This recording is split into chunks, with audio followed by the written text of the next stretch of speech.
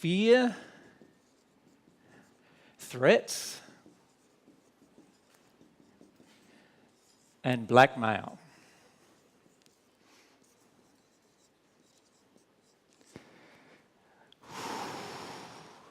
That's a long-winded topic, isn't it? Addictions and bribery, fear, threats, and blackmail. One of the reasons why I wanted to talk to you about this subject is I can feel that many of you are still in addictions with regard to your development towards God. And what I wanted to do today is firstly explain to you how addictions interfere with your relationship with God. Does that make sense? And then after we've talked about that, we'll talk about these other aspects of bribery, threats and blackmail, how we emotionally engage these things constantly. What we often do, before we realise it, we're bribing someone emotionally, or we're even threatening them emotionally, or even we can get to the stage where we're blackmailing them emotionally just to get our addictions met. And so what we want to do today is talk about how our addictions actually call into us all of this very unloving behaviour. And remember, every time we engage in unloving behaviour, we're affecting our soul. Our soul condition is degrading, becoming darker. And it's the addictions actually too that prevent many times our relationship with God. So what I want to do first is just remind you of how the relationship with God is established. And it's the same kind of material we've looked at before. So if I just rub that out, that's our title. But it's taken up too much of the board for me to leave there. All right, so we start with God.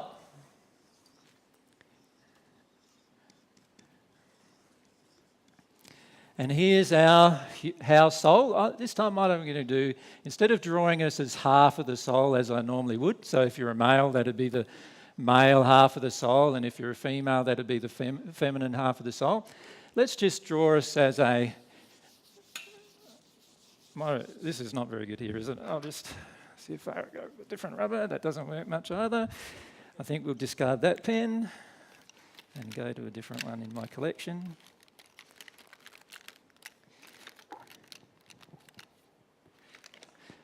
All right, so instead let's draw our true self as a circle.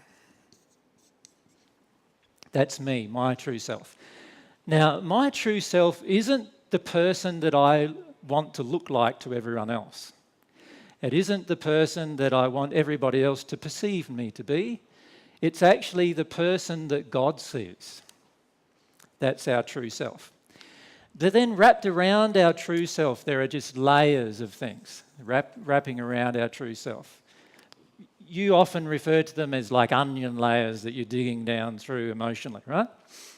So the first layer above our true self, and you could say our true self is full of what you would call causal emotions, right? Or emotions that are the emotions, the real emotions that prevent our relationship with God. They're there in that true self. But around our true self, there is a layer generally of fear. Does that make sense? So the fear is blocking us from accessing our true self.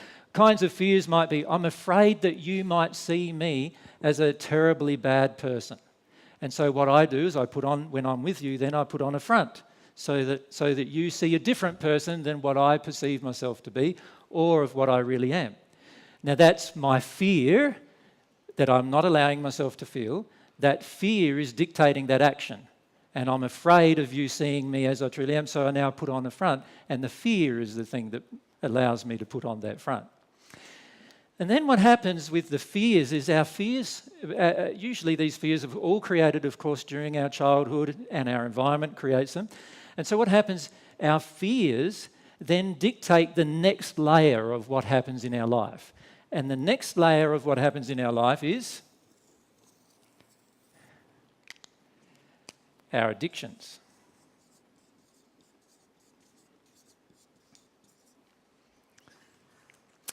So if I'm afraid of you seeing me as I truly am, I then set up a system that I create, and I create through this system an addiction. I'm addicted to you seeing me differently to what I truly am.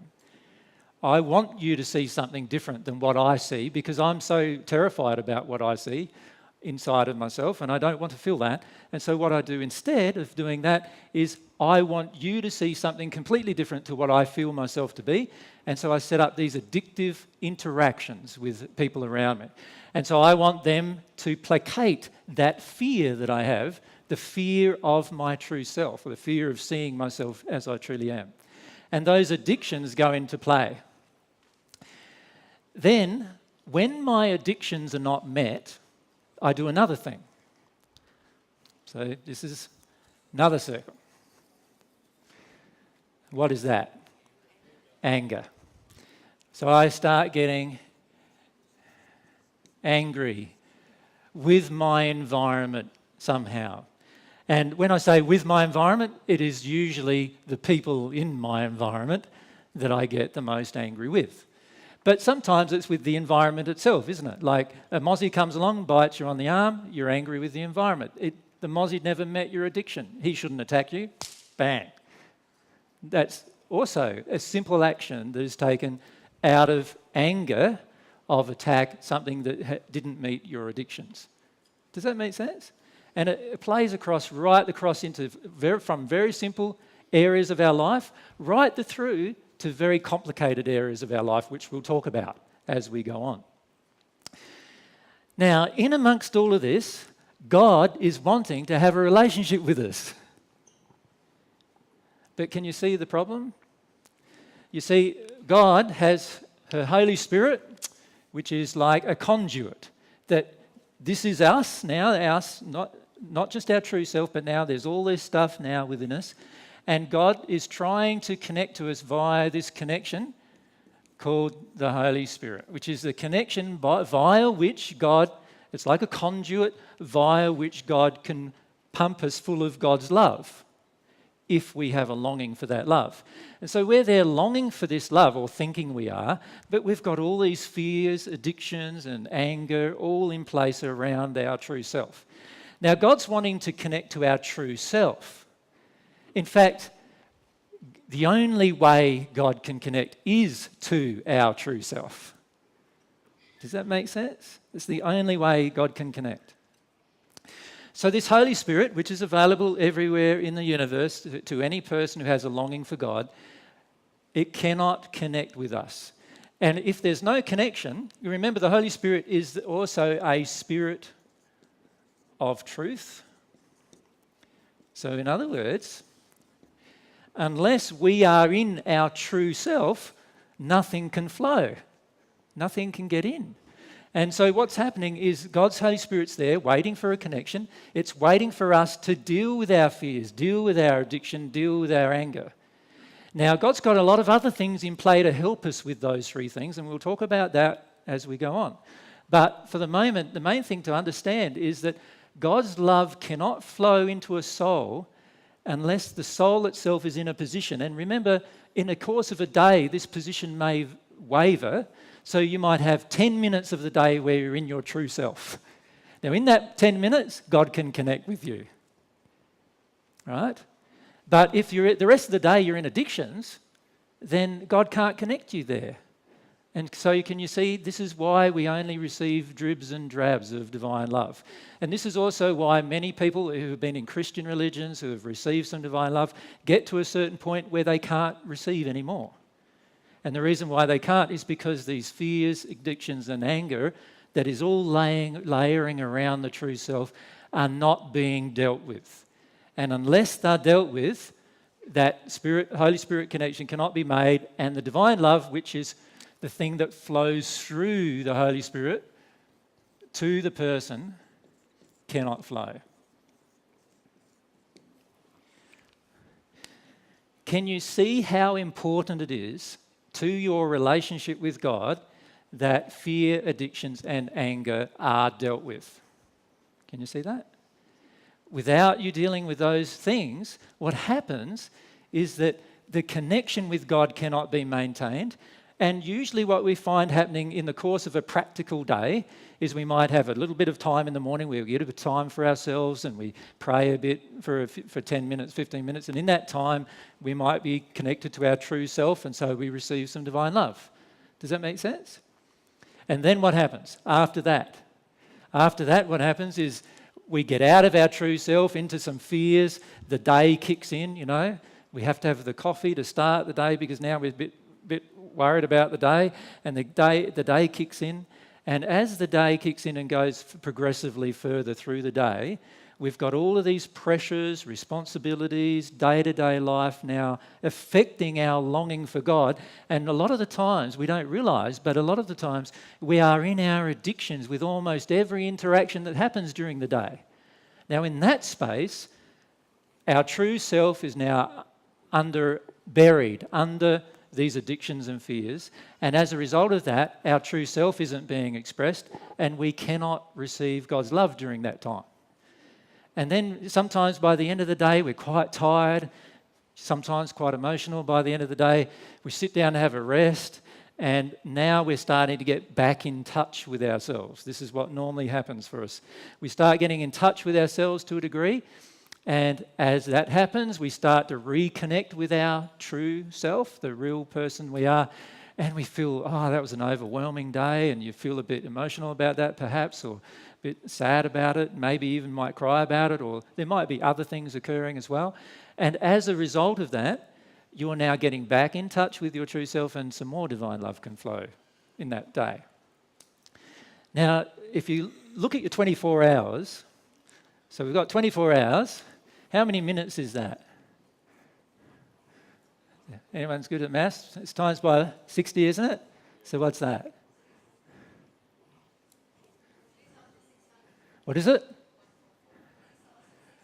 Well, do we have to do long multiplication on the... Do we have to do a maths class now for everyone, do we? Right. It's 24 by 6. What's 24 by 6? 1440. That's how many minutes there are in a day. All right? And how many of those minutes did I say we were connecting with God? 10, maybe 20. So how's that as a ratio? 20 out of 1440. That's not very much, is it, really, when you look at it in terms of the slice? Now, you know what we often do with that? We often go, 10 years later, we go, God, I've been searching for you for 10 years. No, you've been searching for God 20 minutes of the day for 10 years.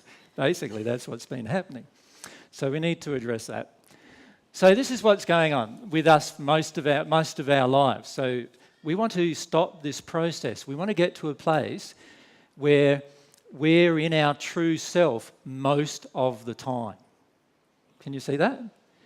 And to do that, we're going to have to understand some things about ourselves. We're going to have to understand our fears. We need to understand our addictions, and we need to understand the reasons for our anger. Can you see?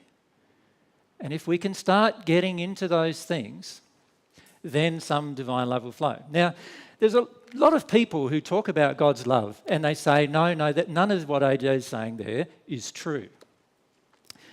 What it is God's love automatically deals with all of those things. And I want to tell you that that's not true. It's not true that God's love automatically deals with those things. In fact, 100 years or so ago, when we channeled to James Paget, I actually wrote a message to James Paget about this. And I'd just like to read it to you. All right? This is what it says. I am here, Jesus. I desire to write tonight on the subject of how the redeemed soul is saved from the penalties which sin and error has brought upon it. When the soul is in a condition of sin and error, in other words, when the soul has all of these things going on inside of its causal true self, and all of these different things that motivate its actions out of harmony with love, and remember, all sin is disharmony with love. That's all sin is. So when we talk about sin, we're talking about the disharmony with love in our soul. When the soul is in a condition of disharmony with love, it is not responsive to the inflowing of the Holy Spirit. And in order to get into condition of receptivity to these influences, it must have an awakening as to its actual condition of enslavement by these things. In other words, while we have all of these things in play, we are not open to the reception of divine love through the Holy Spirit. We're not open to the connection. If we're not open to the connection, we've got to have some other kind of awakening to get us open to the connection. Does that make sense? The divine love itself doesn't open our connection. We have to be open first before the divine love can flow into our soul. I said, until such an awakening comes to it, there is no possibility of it receiving the love of God into it. And in turning its thoughts to the truths of God and to the practices of life that will help it in its progress towards the condition of freedom. So while this state, while I'm blind here and also here, to what fears I have, what addictions I have, and the anger that I have buried inside me, while I'm blind to all of that, I am in a condition of unreceptivity. I am in a condition of resistance to God. Does that make sense to everyone? Yeah? And by the way, feel free to ask any questions as we go. So does everyone, that make sense? So while I'm in that state all blocked up, the divine love cannot flow into my soul. It's only those moments in time when I'm unblocking and seeing something, that's the moment in time. Peter, if we can have a mic there. You don't need to turn it on. It's already on. Oh, did you? That's not how you turn it on. It's best to just leave them on. That's it. AJ, how does that relate to prayer then, as being the main one of the most important ways to connect to God, and also how does what you're explaining relate to the orthodox Christian view of creating a connection to God? All right. Well, firstly, let's address prayer. What is prayer? Prayer is the sincere and pure longings of the soul, the true self, towards God. Now, can you say that you have sincere longings when you've got a heap of fear, a heap of addictions in play, and a lot of anger inside? Now, obviously, there's less effectiveness there, isn't there? If we start addressing the fears, addictions, and anger, we can have some pure longings. And remember, prayer is the pure longing of the soul. It's not the soul going, oh, I think I'll have a prayer with God. I'll just sit down for 10 minutes and I'll ask for God to give me this or give me that or do this for me or do that for me, without me facing myself. God requires that you face yourself in the process. And that's what prayer is in the end. Prayer is the longings of your soul in its pure state. And that only happens, for most of us, a few minutes of the day. And to be honest, how many of you feel divine love flowing every minute of the day? Like, it's very rare, isn't it? And in fact, to get to that point, you have to be actually at one with God. That's the time when you're at one with God, you will actually have divine love flowing every minute of the day. And what I'm trying to explain to you today is what's blocking that love from flowing every minute of the day. And it's these things: the fear, addictions, and anger. It's the lack of the awakening that I mentioned in the Paget messages. When I said, until such awakening comes to it, there is no possibility of receiving divine love.